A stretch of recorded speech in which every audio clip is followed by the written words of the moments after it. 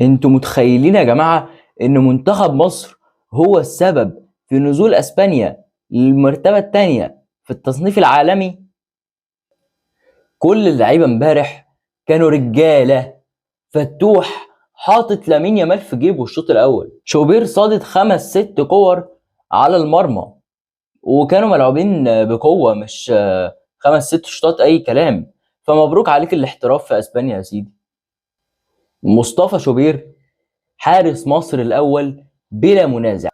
اسلام عيسى اكتشاف مهم جدا وهيفيدنا في كاس العالم، بس يا رب تكون اصابته خفيفه. ده احنا الدقيقه 38 كنا متعادلين في عدد التمريرات، كنا 207 207، وفي الدقيقه 43 كنا 50 50 استحواذ.